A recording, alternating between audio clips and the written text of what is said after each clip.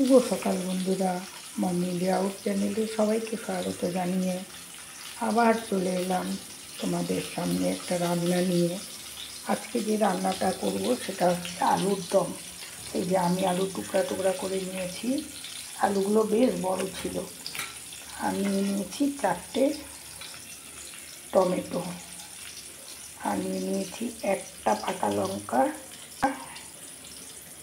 2 ইঞ্চি পরিমাণ আমি আধা টুকরো করে নিয়েছি, আর নিয়েছি তেজপাতা। আর আমি কিছুটা রান্না করেও নিয়েছি। এই যে আমি পটল ভাজা বসিয়ে দিয়েছি, এদিকে আমি কাঁচা মুগ ডাল লাউ দিয়ে করব। আমি ডালটা সিদ্ধ করে নিয়েছি, লাউ সিদ্ধ হয়ে গেছে, শুধু সম্বারে দেওয়ার জন্য বাকি আছে। এখন আমি আগে পটলটা ভেজে নিচ্ছি। পটলগুলো ভেজে নিলাম, এখন আমি ডালটা সম্বারে দিয়ে নিচ্ছি। পটলের তেলের উপরে দিয়ে দিলাম শুকনো লঙ্কা, দিয়ে দিলাম 5 ফোড়ন, এবারে হালকাভাবে ডালটা করে নিচ্ছি। দিয়ে দিলাম গ্রেট করা আদা।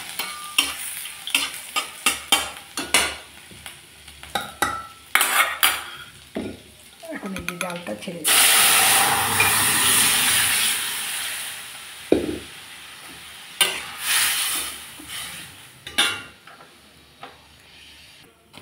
আমি ডালটাও সম্বারা দিয়ে নিলাম, একেবারে সাধারণভাবে করে নিয়েছি।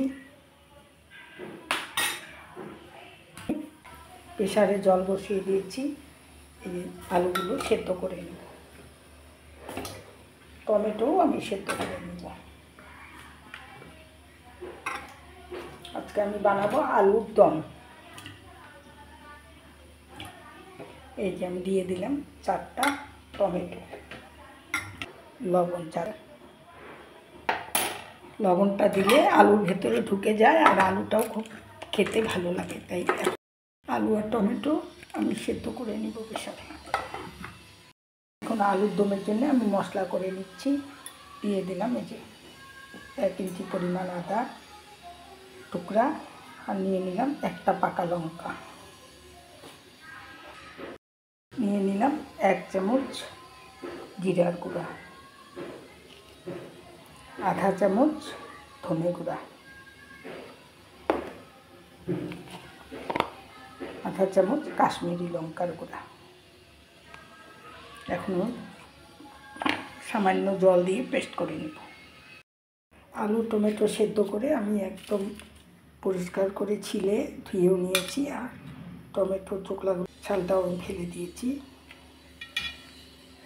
আলুর দমটা রান্না করে নেব। কড়াই আগে থেকে বসিয়ে রেখেছিলাম, দিয়ে দিচ্ছি সরষের তেল।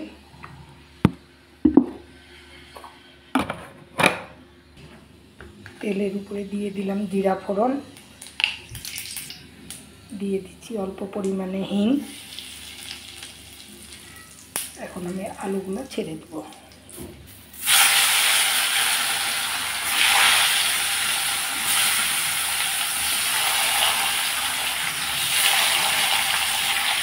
আলুগুলো ছেড়ে দিলাম।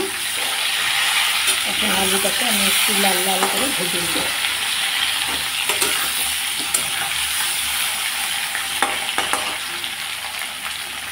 হিং গ্যাসের জন্য খুব ভালো, তাই আমি মাঝে মাঝে হিংটা ইউজ করি। এইভাবে আলুর দম রান্না করলে রুটি বা ভাতের সাথে দারুণ লাগে খেতে। আপনারাও এইভাবে বানিয়ে দেখবেন।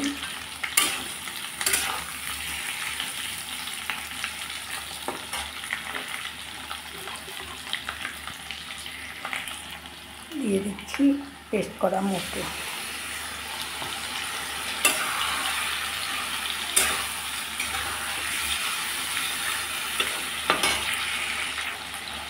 জারে থাকা মশলা ধোয়া সামান্য জল দিয়ে দিলাম।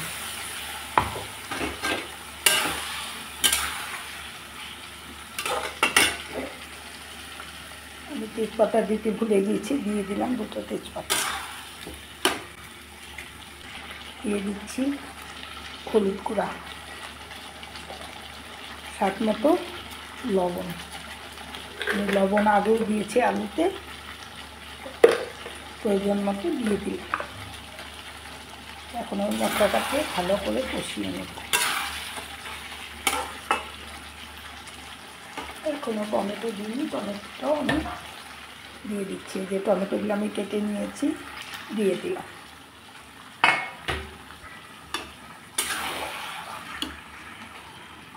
এখন টমেটো, আলু, মশলা সব আমি কষিয়ে নেব।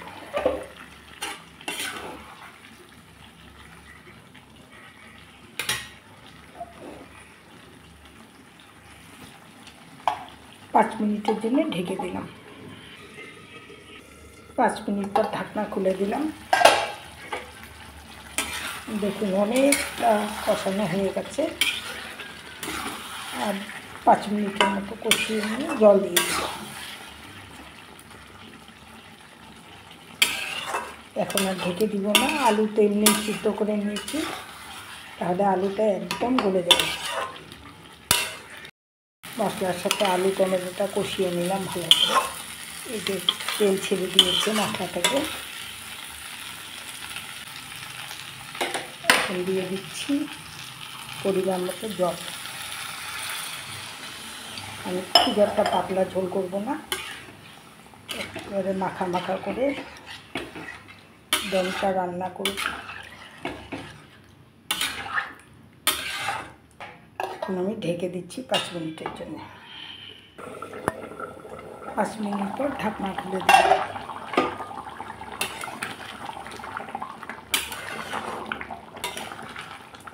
অনেকটা শুকিয়ে এসেছে, আমি আরও কিছু সময় ঝোলটাকে জাল করে নেব। আমি ঘি, গরম মশলা আলুর দমে দিব না, আমি ধনেপাতাও দিব না। এইভাবেই আমি সাধারণভাবে, একটু বাচ্চা খাবে তাই এইভাবে সাধারণভাবেই আমি আলুর দমটা করে নিলাম। হয়ে গেল আমার আলুর দম। আমি গ্যাসও বন্ধ করে দিয়েছি। এখন আমি নামিয়ে নেব। রান্না করে নিলাম আলুর দম টমেটো দিয়ে। দেখো কালারটা কি সুন্দর হয়েছে। আমার এই রান্নাটা যদি তোমাদের সত্যি ভালো লেগে থাকে তাহলে একটা লাইক, শেয়ার করে দিও, কমেন্ট বক্সে মতামত জানিও। আর যারা নতুন দেখছো তারা সাবস্ক্রাইব করে পাশে থেকো। আর যারা প্রথম থেকে দেখছো আমার ভিডিওগুলো তাদের জন্য রইল অসংখ্য ধন্যবাদ। অসংখ্য বলতে অসংখ্যই ধন্যবাদ আমাকে সহযোগিতা করার জন্যে। তোমরা ভালো থাকো, সুস্থ থাকো।